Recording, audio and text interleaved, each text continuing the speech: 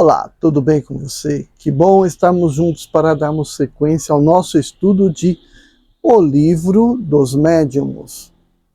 Eu sou o professor Wagner Klein, sou professor de Física, terapeuta holístico e você está no canal Sob Nova Visão.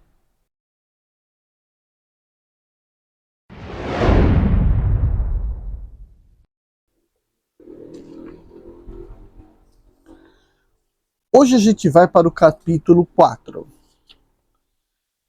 Teoria das manifestações físicas, que tem os seguintes itens: movimentos e suspensões, ruídos, aumento e diminuição do peso dos corpos. Vamos ver o que está dizendo aqui, né?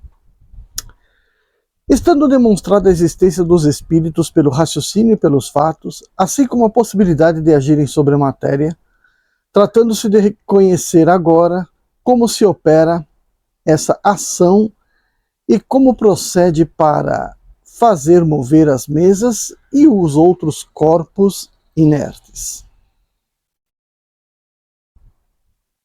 Um pensamento se apresentava muito naturalmente, e foi o que tivemos, como foi combatido pelos espíritos que nos deram uma outra explicação, a qual estávamos longe de esperar.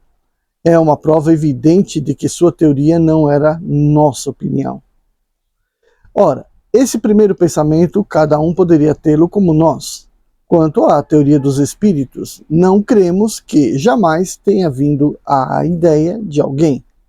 Reconhece-se sem esforço como é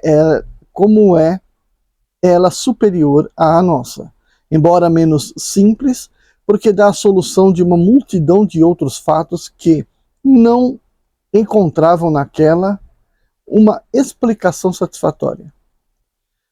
Do momento em que se conheceu a natureza dos espíritos, sua forma humana, as propriedades semimateriais do perispírito, a ação mecânica que ele pode ter sobre a matéria, que nos fatos de aparição se viram mãos fluídicas e mesmo tangíveis pegar objetos e transportá-los. Era natural crer-se que o espírito não se servia muito simplesmente de suas mãos para fazer girar a mesa e que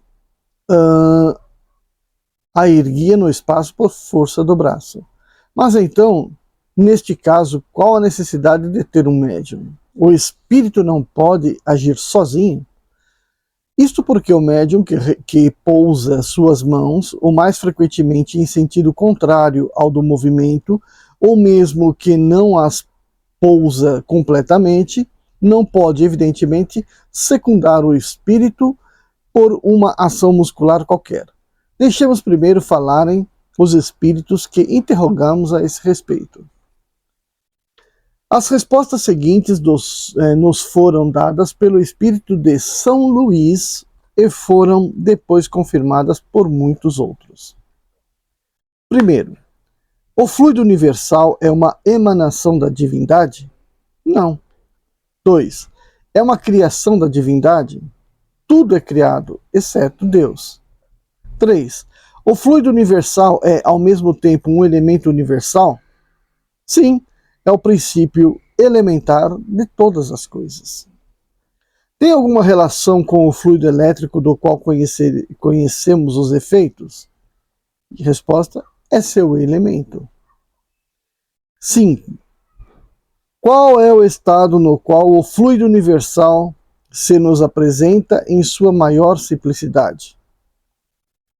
Para encontrá-lo em sua simplicidade absoluta, seria preciso remontar aos espíritos puros.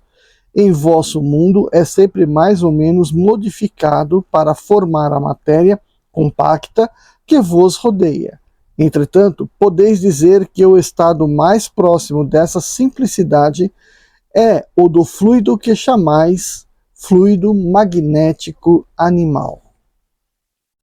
6. Foi dito que o fluido universal é a fonte da vida. É ao mesmo tempo a fonte de inteligência? Não. Esse fluido não anima senão a matéria. Portanto, a inteligência sendo parte do espírito, né? 7. Uma vez que é esse fluido que compõe o perispírito, parece nele estar em uma espécie de estado de condensação, que o aproxima, até certo ponto, da matéria propriamente dita. Até certo ponto, como dizeis, porque não lhe tem todas as propriedades. Ele é mais ou menos condensado conforme os mundos. 8. Como um espírito pode operar o movimento de um corpo sólido?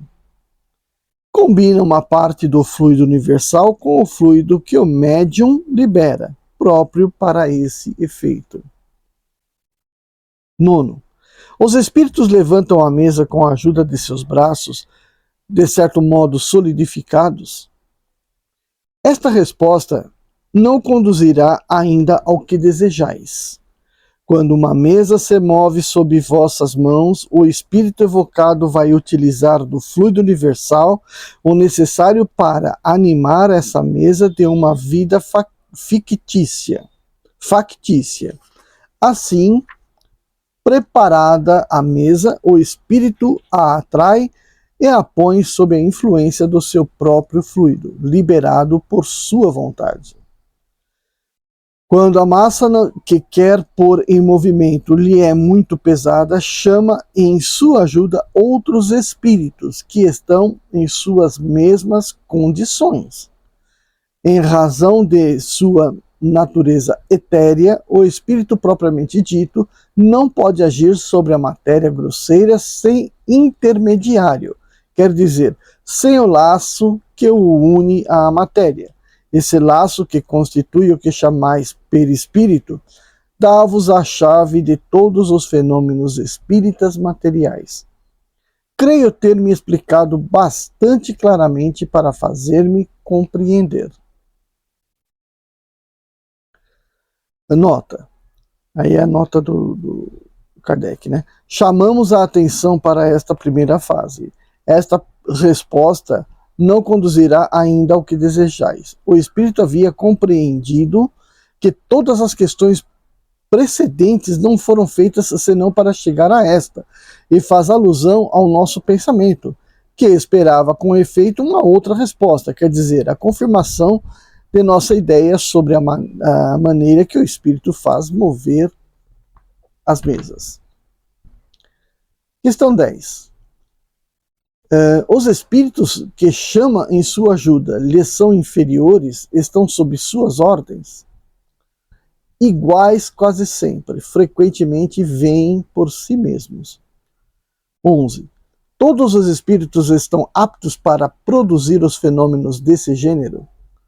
Os espíritos que produzem essa espécie de efeito são sempre espíritos inferiores, que não estão ainda inteiramente despojados de toda a influência material. 12. Compreendemos que os espíritos superiores não se ocupam de coisas que estão abaixo deles, mas perguntamos se, em razão de serem mais desmaterializados, teriam a força de fazê-lo, se tivessem disso vontade. Resposta. Eles têm a força moral, como os outros têm a força física. Quando têm necessidade dessa força, servem-se daqueles que a possuem. Não vos foi dito que se servem dos espíritos inferiores como fazeis com os seus carregadores? Resposta. Resposta não.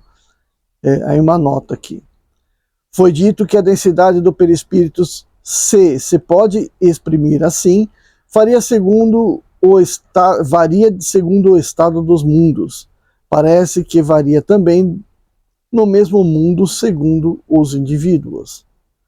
Nos espíritos avançados moralmente é mais sutil e se aproxima dos espíritos elevados.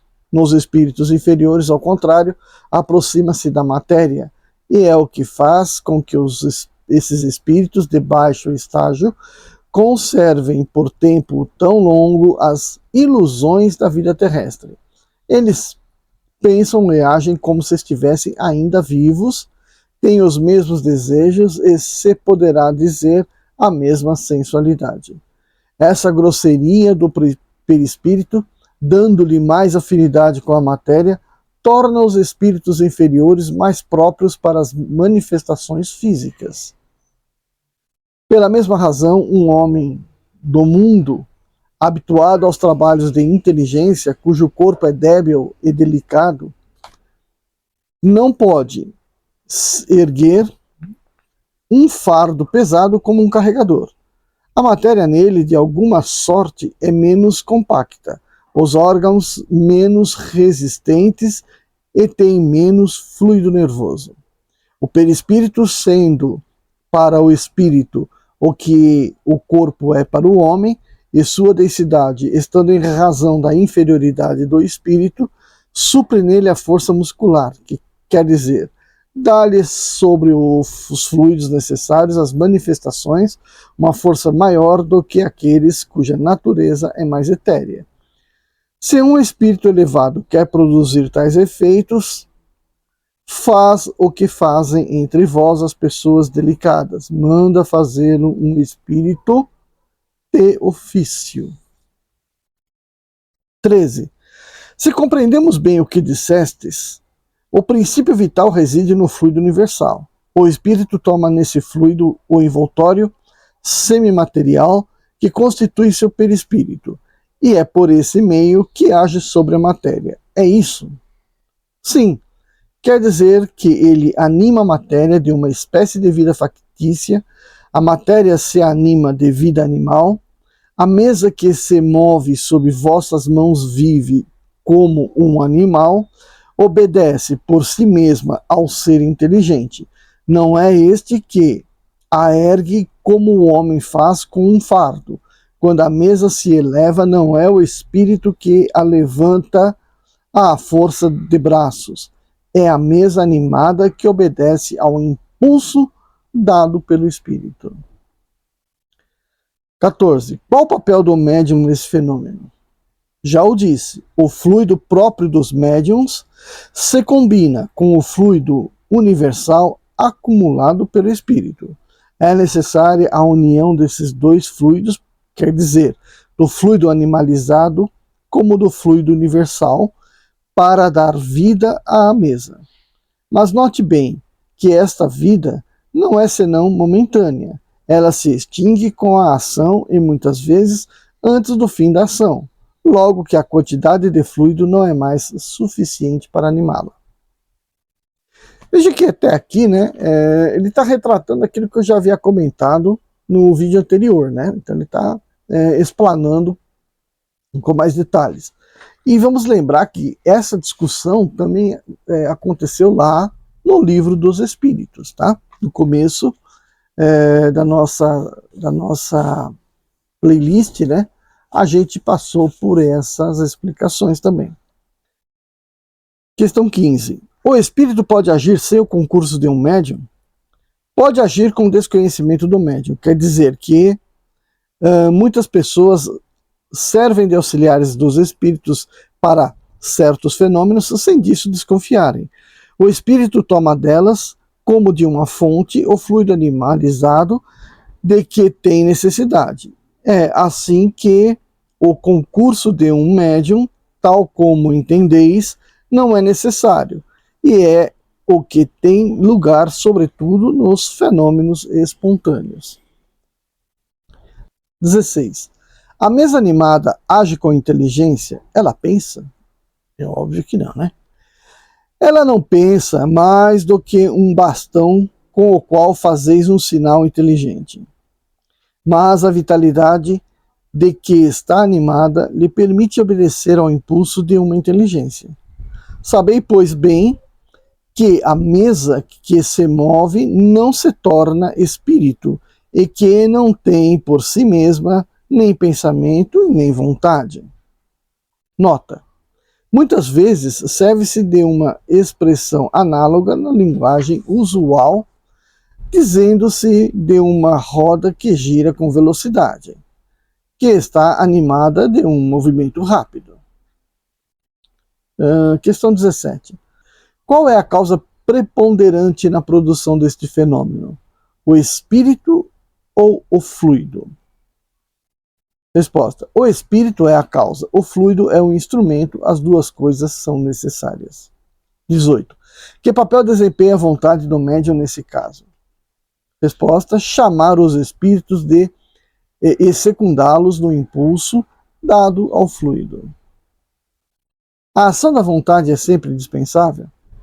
Ela ajuda a força, mas não é sempre necessária, uma vez que o movimento pode ocorrer contra e malgrado essa vontade, e isso é uma prova de que há uma causa independente do médium. Nota: o contato das mãos não é sempre necessário para fazer mover o objeto. O mais frequentemente o é para dar o primeiro impulso, mas, uma vez que o objeto está animado, pode obedecer à vontade sem contato material. Isso depende, seja da força do médium, seja da natureza dos espíritos. Um primeiro contato não é mesmo sempre indispensável. Disso temos a prova nos movimentos e deslocamentos espontâneos, que não se sonha provocar. Questão 19.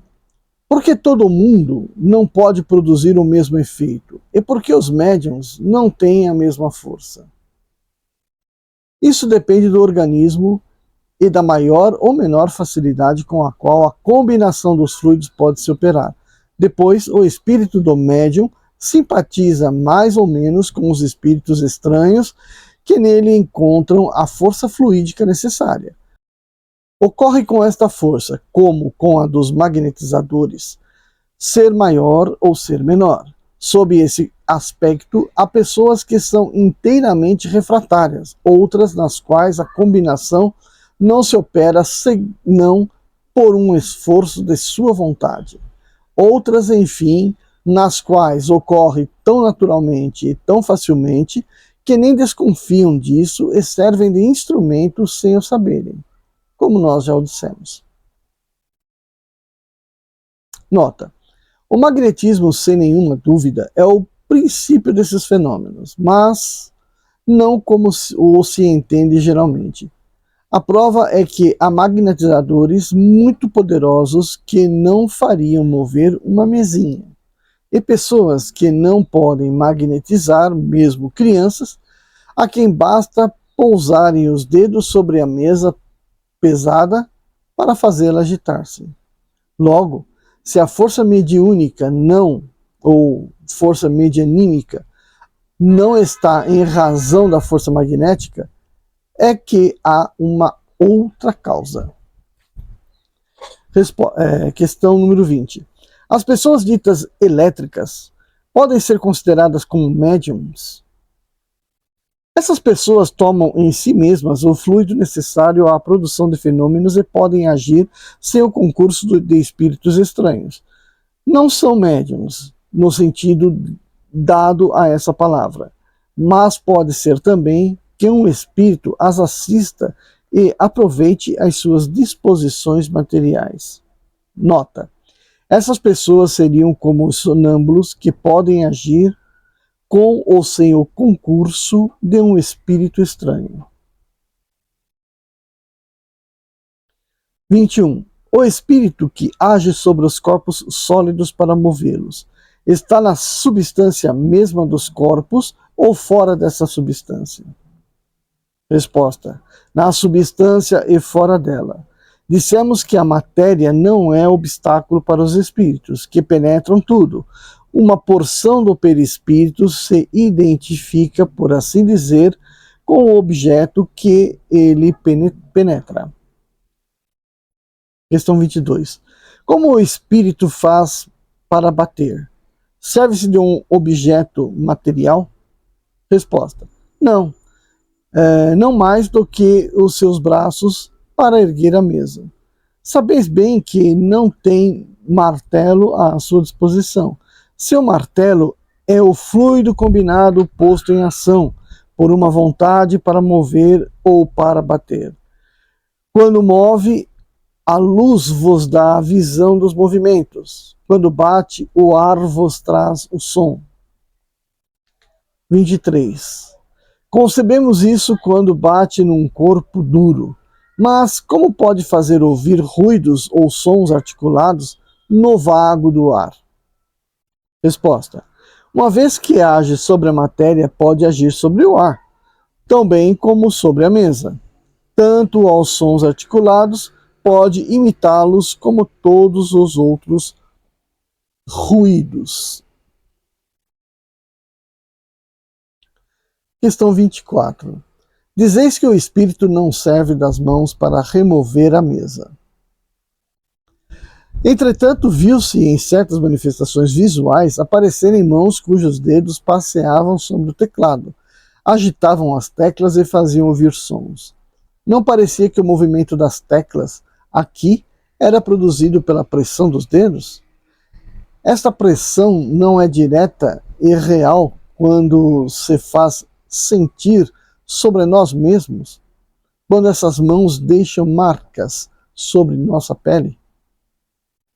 Resposta: não podeis compreender a natureza dos espíritos e sua maneira de agir, senão por comparações que somente vos dão uma ideia incompleta, e é um erro sempre querer assimilar seus procedimentos ao vosso. Seus procedimentos devem estar em relação com o seu organismo.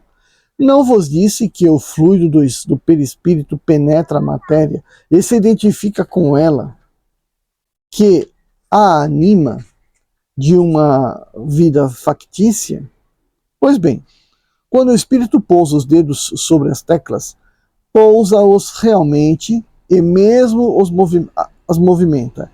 Mas não é pela força muscular que pressiona sobre a tecla. Anima a tecla como anima a mesa, e a tecla que obedece à sua vontade movimenta-se e golpeia a corda. Aqui se passa uma coisa que tereis dificuldades para compreender, e é que certos espíritos são tão pouco avançados e de tal modo materializados, comparativamente aos espíritos elevados, que têm ainda as ilusões da vida terrestre e creem agir como quando tinham seus corpos. Não se dão mais conta da verdadeira causa dos efeitos que produzem, do mesmo modo que um camponês não se dá conta da teoria dos sons que articula. Perguntai-lhes como tocam o piano, e vos dirão que golpeiam em cima com os dedos, porque eles creem golpear. O efeito se produz instintivamente neles sem que saibam, como é, entretanto, pela sua vontade. Quando se fazem ouvir por palavras, sucede o mesmo. Nota: resulta dessas explicações que os espíritos podem produzir todos os efeitos que nós mesmos produzimos, mas, por meios apropriados ao seu organismo, certas forças que lhes são próprias substituem os músculos que nos são necessários para agir, do mesmo modo que o gesto substitui nos mudos a palavra que lhes falta. Entre os fenômenos que se citam como provas da ação de uma inteligência oculta, há os que evidentemente contrários a todas as leis conhecidas da natureza. A dúvida, então, não parece permitida?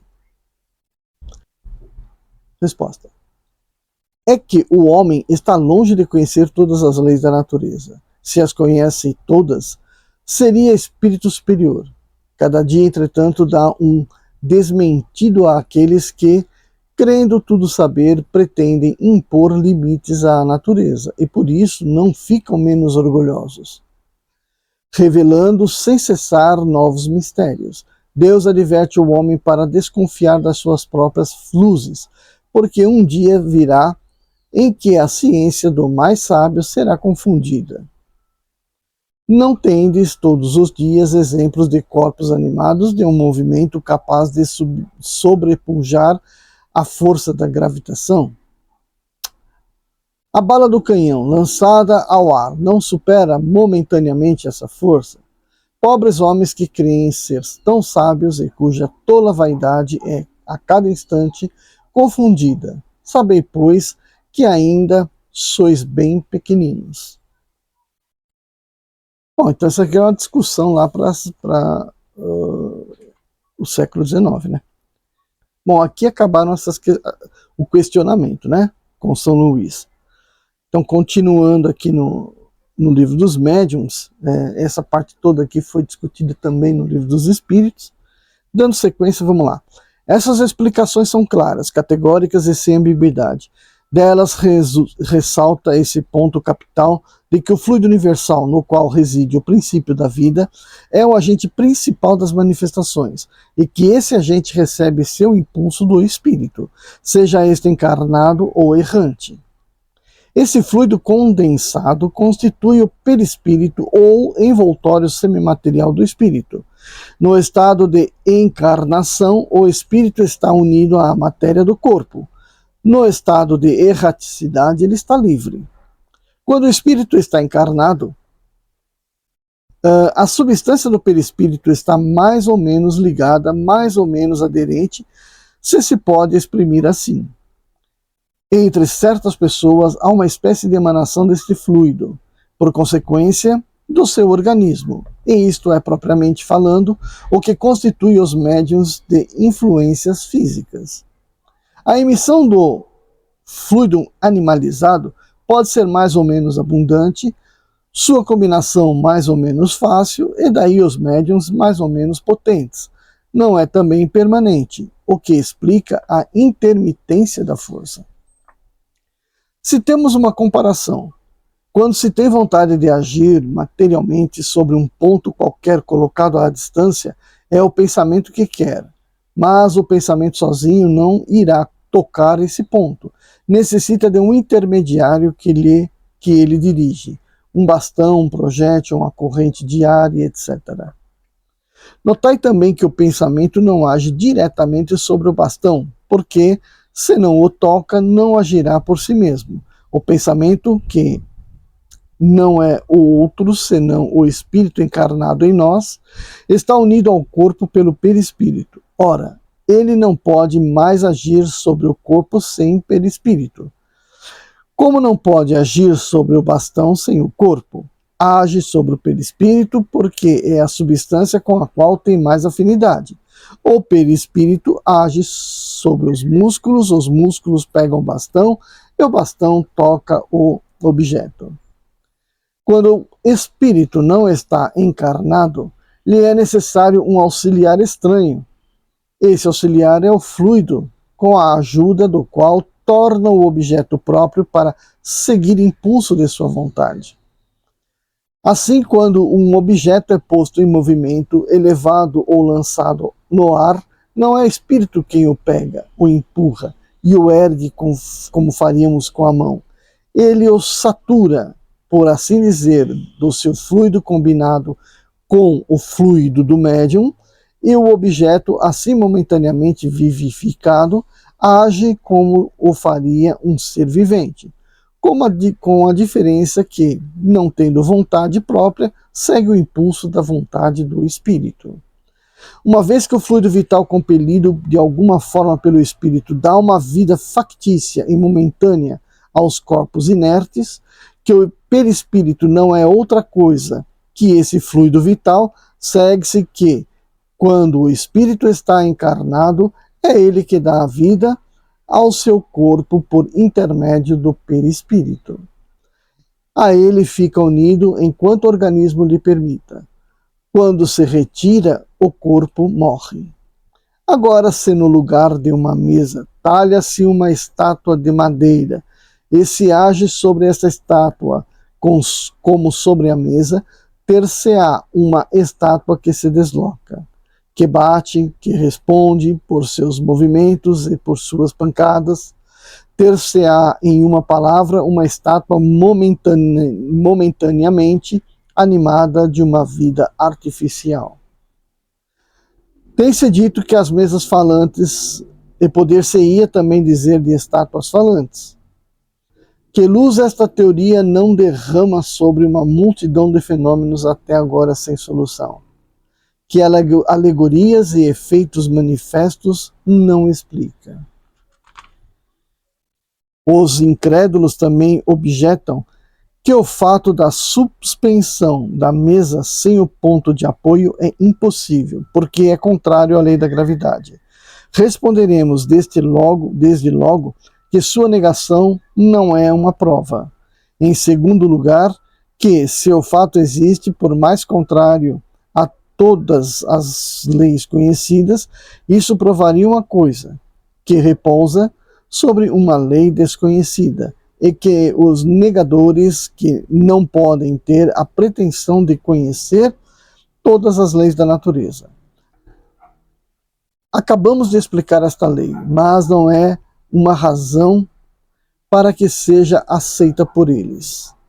Precisamente porque foi dada pelos espíritos que tiraram sua roupa terrestre, em lugar de ser por espíritos que a têm ainda e que se sentam na academia. De tal sorte que o espírito de Arago, vivo, tivesse apresentado essa lei, a teriam aceito de olhos fechados, mas dada pelo espírito de Arago, morto, é uma utopia. E por que isso? Porque creem que, estando Arago morto, tudo está morto nele. Não temos a pretensão de dissuadi-los. Entretanto, como esta objeção poderia embaraçar certas pessoas, vamos ensaiar em respondê-la desde seu ponto de vista, quer dizer, fazendo abstração por um instante da teoria da animação factícia. Quando se faz o vácuo sobre a campana ou campana da máquina pneumática, esta campana adere a uma tal força que é impossível levantá-la por causa do peso da coluna de ar que pesa sobre ela. Que se deixe entrar o ar e a campana se levanta com a maior facilidade, porque o ar de baixo faz contrapeso com o ar de cima. Entretanto, abandonada a si mesmo, ficará sobre o prato em virtude da lei da gravidade. Agora, que o ar de baixo seja comprimido, que tenha uma densidade maior que a de cima, e a campana será erguida malgrado a lei da gravidade. Se a corrente de ar for rápida e violenta, poderá ser sustentada no espaço sem nenhum apoio visível, à maneira desses bonecos que se faz voltear sobre um jato de água. Por quê? Pois o fluido universal, que é o elemento de toda a matéria, estando acumulado ao redor da mesa, não teria propriedade de diminuir-lhe ou aumentar-lhe o peso específico relativo. Como o ar com a campana da máquina pneumática, como o gás hidrogênio o faz com os balões, sem que sejam, por isso, derrogadas as leis da gravidade. Conheceis todas as propriedades e toda a força desse fluido? Não. Muito bem. Não negueis, pois, um fato porque não podeis explicá-lo. Voltemos à teoria dos movimentos da mesa. Se pelo meio indicado o espírito pode levantar uma mesa, pode levantar qualquer outra coisa, uma poltrona, por exemplo. Se pode levantar uma poltrona, pode também, com uma força suficiente, levantar ao mesmo tempo uma pessoa sentada na poltrona. Eis, pois, a explicação desse fenômeno que o Sr. Home produziu 100 vezes em si mesmo e sobre outras pessoas. Ele o renovou durante uma viagem a Londres e, a fim de provar que os espectadores não eram joguete de uma ilusão de óptica, fez no teto uma marca com o lápis e passou sob ela. Sabe-se que o Sr. Home é um poderoso médium para os efeitos físicos. Era, nesse caso, a causa eficiente e o objeto. Então veja, aqui no que está falando do Sr. Home, ele é um médium de efeitos físicos, então ele está promovendo os fluidos, certo? Além de promover, de passar os fluidos para fazer o experimento, ele também era quem determinava o que deveria estar acontecendo, né? A poltrona se elevando, passando por um ponto. Então ele era a razão inteligente e também ele era o doador do fluido para que aquilo acontecesse. Resta saber se havia outros espíritos auxiliando esse processo, né? Faz um momento, falamos do aumento possível do peso. Com efeito, é um fenômeno que se produz algumas vezes e que nada tem de mais anormal do que a prodigiosa resistência da campana sob a pressão da coluna atmosférica. Viram-se, sob a influência de certos médiums, objetos bem leves oferecerem a mesma resistência, depois, de repente, cederem ao menor esforço. Na experiência acima, a campana não pesa na realidade por si mesmo, nem mais nem menos, mas parece mais pesada pelo efeito da causa exterior que age sobre ela. Provavelmente o mesmo ocorre aqui. A mesa tem sempre o mesmo peso intrínseco, porque sua massa não aumentou, mas uma força estranha se opõe ao seu movimento, e esta causa pode estar nos fluidos ambientes que a penetram. Como a que aumenta ou diminui o peso aparente da campana que está no ar. Fazer a experiência da campana pneumática diante de um camponês ignorante e, não compreendendo que é o ar que não se vê, que está agindo, não será difícil persuadi-lo de que é o diabo. Dir-se-á talvez que, sendo esse fluido imponderável, seu acúmulo não pode aumentar o peso de um objeto. De acordo, mas notai que, se nos servimos da palavra acúmulo, foi por comparação e não por assimilação absoluta com o ar. Ele é imponderável, seja, entretanto, nada a prova, sua natureza íntima não nos é desconhecida e estamos longe de conhecer-lhe todas as suas propriedades. Então, o espírito aqui, por mais evoluído que ele já seja, ele está admitindo que não se sabe ainda sobre a natureza real, né, sobre as propriedades totais do próprio fluido universal.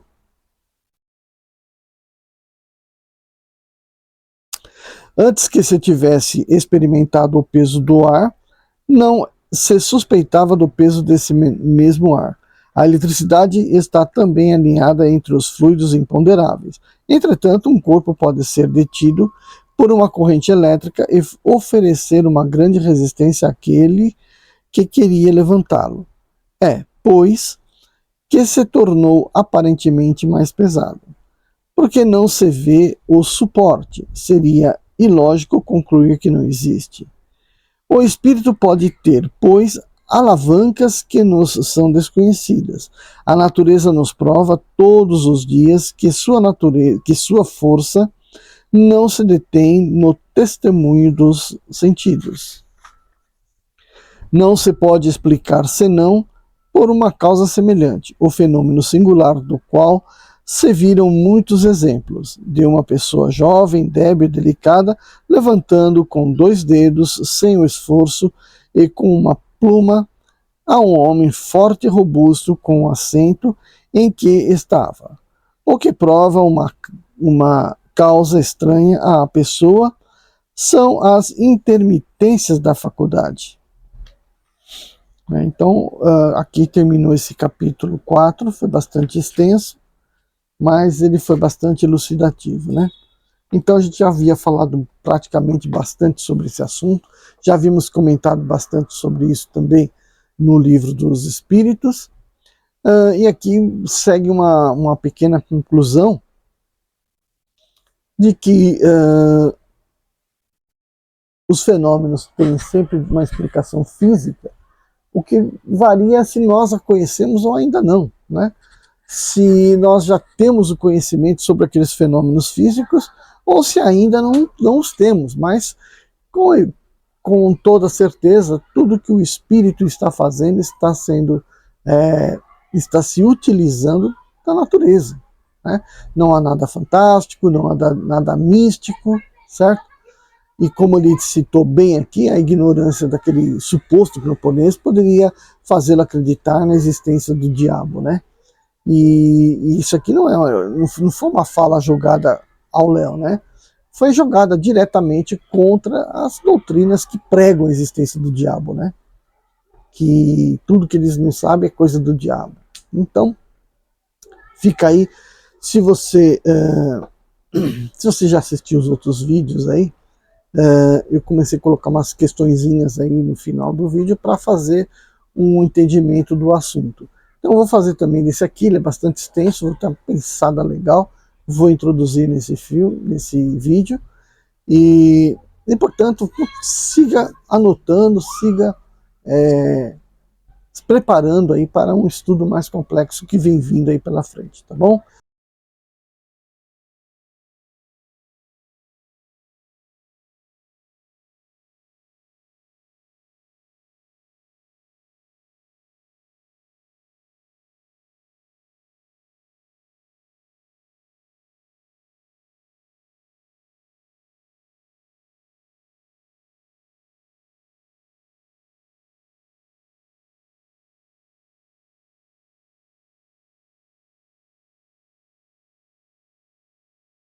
Então, deixa seu like, compartilhe, se inscreva no canal se não for inscrito, tá bom? Vejo você no próximo vídeo. Tchau, tchau. Comece bem o seu dia, deve a tristeza tirar, e por somente alegria, sei, oh, sei, oh, sei, oh, sei, oh, mágoa, tristeza e rancor. Quem gosta, eu vou obsessor.